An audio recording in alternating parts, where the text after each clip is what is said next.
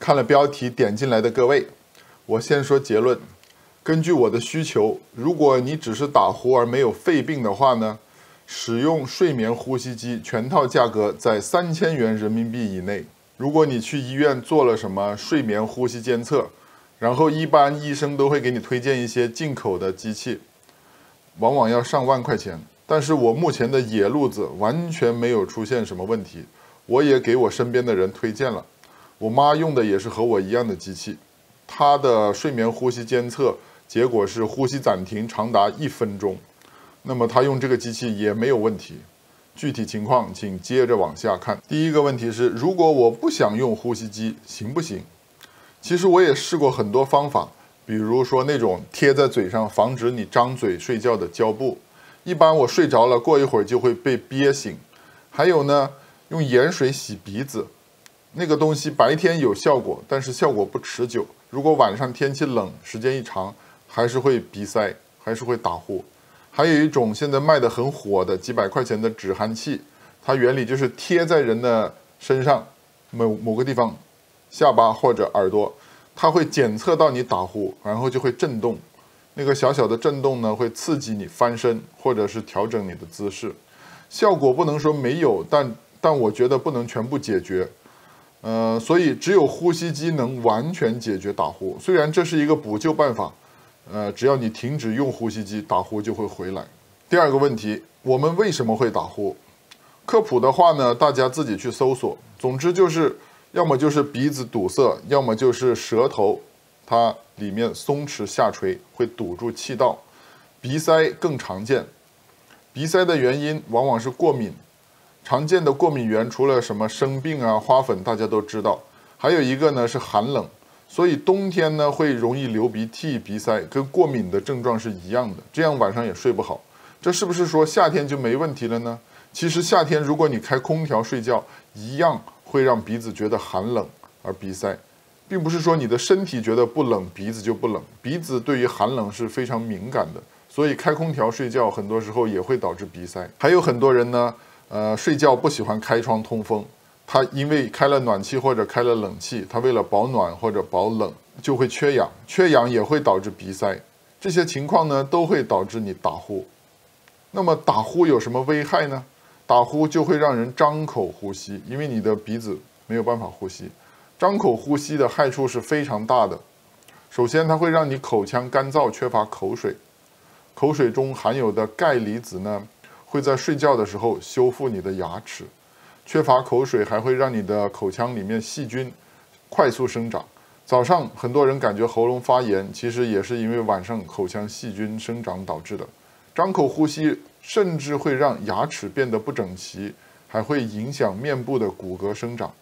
具体呢，大家可以搜索，这里我就不多说了。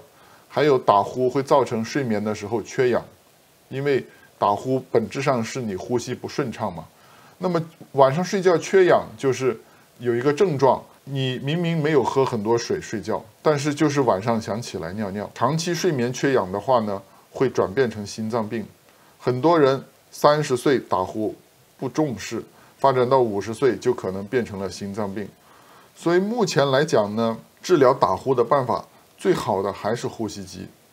当然，你可以配合多运动、减肥，这些也可以减轻打呼，甚至按医生的话说是有可能彻底治愈的。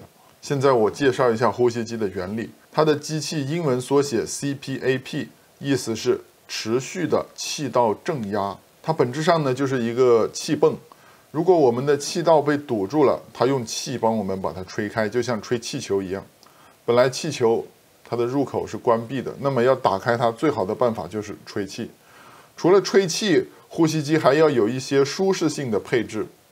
第一个呢是湿化器，其实就是一个带加热的水箱，这样吹向人的空气就是湿润的，湿润的空气有助于缓解鼻塞。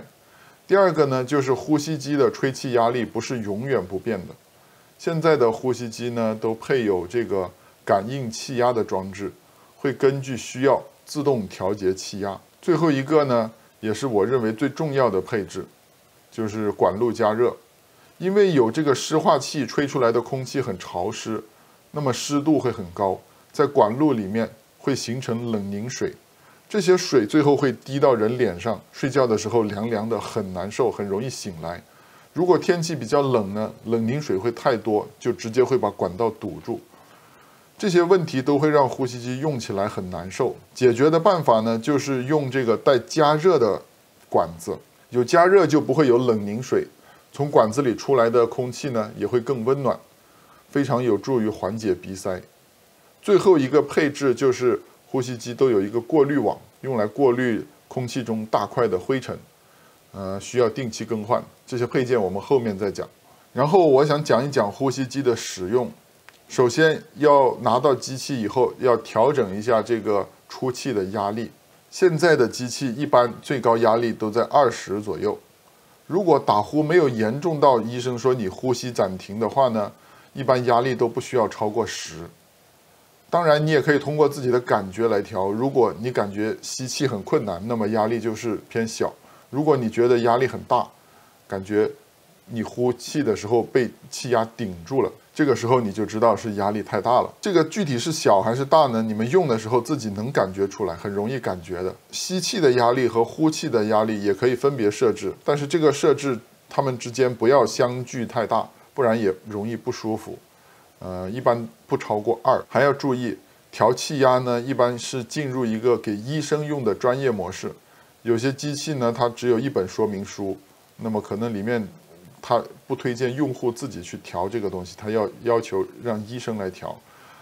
但是我自己买的机器它是有2本说明书的，一本是给医生用的，也就是说其实你是可以自己调的。那么你能自己调的话就会方便一些，然后你也可以去上网找一找。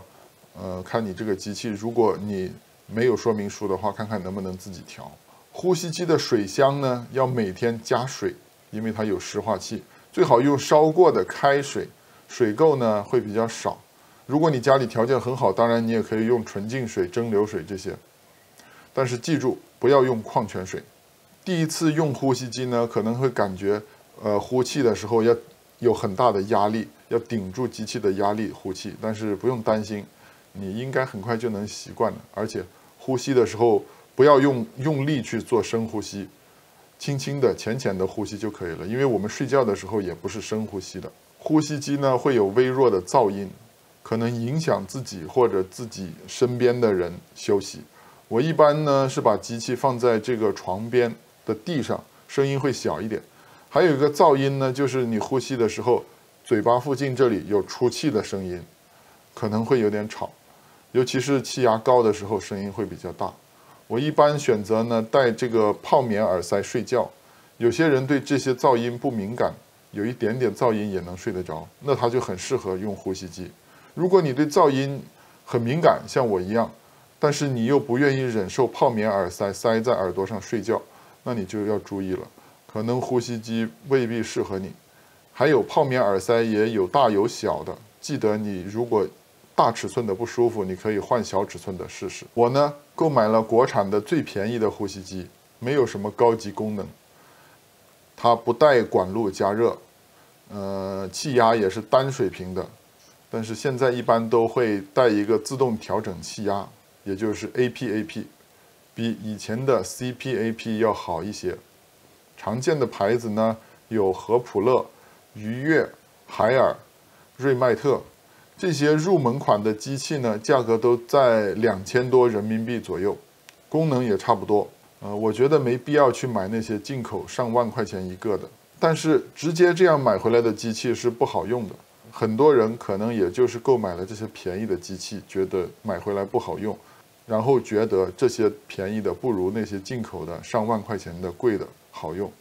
但其实呢，上万块钱的配了很多舒适性的配置，这些便宜的没有。如果我们自己把它配齐，就一样会变得好用，但是却不用花那么多的钱。首先呢，我们需要配一个鼻枕，就是这个东西。那么它是直接这样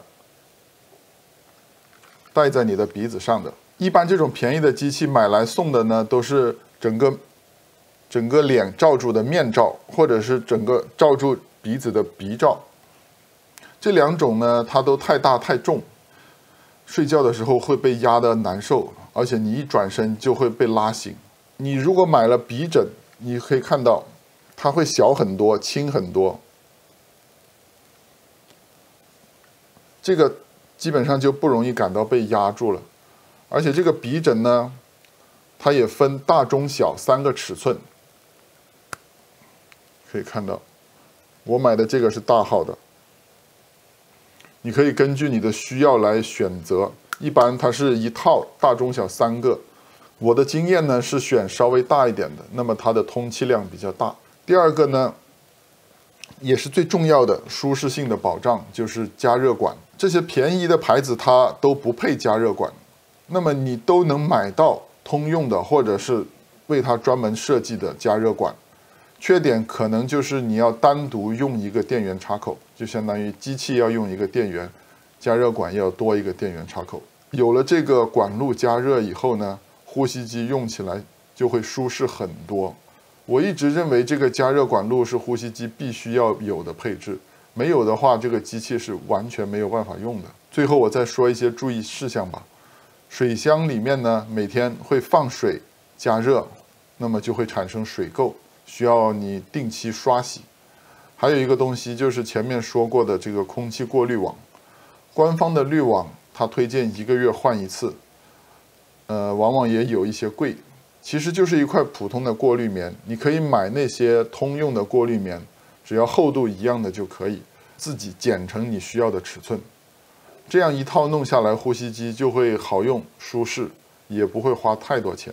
还有这个用来戴在头上的这个布带，随着使用呢，它会慢慢变得很松垮，可能也要1年换一个，或者你可以像我这样，我呢就是用线把它缝起来，这样就固定死了，不会再动了。接触你的这个嘴巴和鼻子的这个硅胶呢，也要每天清洗，并且随着使用，它也会慢慢的这个发黄开裂，如果有需要的话，也需要更换。最后还可以说一个使用呼吸机的小秘诀，就是用了呼吸机以后，可以把被子蒙在头上睡觉，这样冬天会暖和很多。